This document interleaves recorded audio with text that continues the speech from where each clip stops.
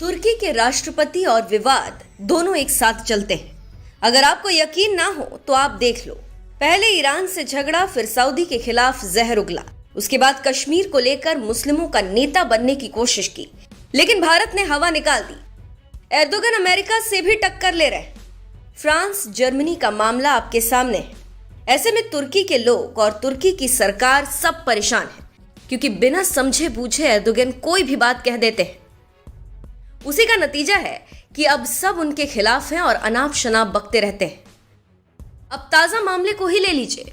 Germany के नेता Wolfgang कुबिकी के तुर्की के राष्ट्रपति रेजब तैयब एर्दोगन को लेकर एक विवादित टिप्पणी। खबरों की माने तो जर्मनी नेता वोल्फगैंग कुबिकी ने राष्ट्रपति एर्दोगन की तुलना सीवर के चूहे से कर दी, जिसके बाद हंगामा मच गया। के प्रवक्ता ने कहा कि वोल्फगैंग कुबिकी का इस तरह का बयान उनके राजनीतिक और नैतिक स्तर को दर्शाता है, साथ ही उनकी असभ्यता को भी दिखाता है।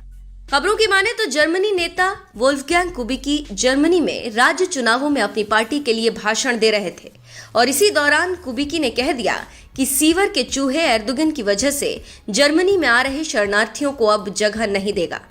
वही विवाद बढ़ने के बाद वोल्फगैंग कुबिकी ने न्यूज एजेंसी रॉयटर्स से इस बारे में बात की और कहा कि चुनाव कैंपेन के दौरान मैंने एर्दोगन पर टिप्पणी की थी। जर्मन राजनीति और कुबिकी को जानने समझने वालों का कहना है कि ऐसा पहली बार नहीं है जब जर्मन नेता वोल्फगैंग कुबिकी ने विवादित टिप्पणी की हो। ऐसा पहले रूस प्रेम दिखाकर भी मुसीबत में पड़ गए थे। जिस समय यूक्रेन से जंग की वजह से रूस कई देशों का प्रतिबंध झेल रहा था, उस समय उन्होंने रूस और जर्मनी के बीच गैस पाइपलाइन को फिर से शुरू करने के लिए कहा था, जिस पर उनकी पार्टी में भी विवाद छिड़ गया था। कुबिकी ने साल 2015 में एर्दोगन की तारीफ भी की थी और कहा था कि एर्दोगन ने तुर्की के लिए एक अच्छा सौदा किया था, जिसमें वे यूरोपीय संघ में प्रवेश करने वाले शरणार्थियों की संख्या पर अंकुश लगाने के लिए सहमत हुए थे। जानकारों की माने तो जर्मन के नेता ने जो कहा है वो सही है, लेकिन कहने का तरीका गलत है। ये बात सही है कि तुर्की से आने वाले शरणार्थियों की संख्या तेजी से बढ़ रही है, जो जर्मनी की विदेश और घरेलू नीति के लिए एक चुनौती बन रहा है। बस इसी बात से झल्लाते हुए कुबिकी ने ये बात कह दी, लेकिन इसको लेकर तुर्की में बवाल मचा है।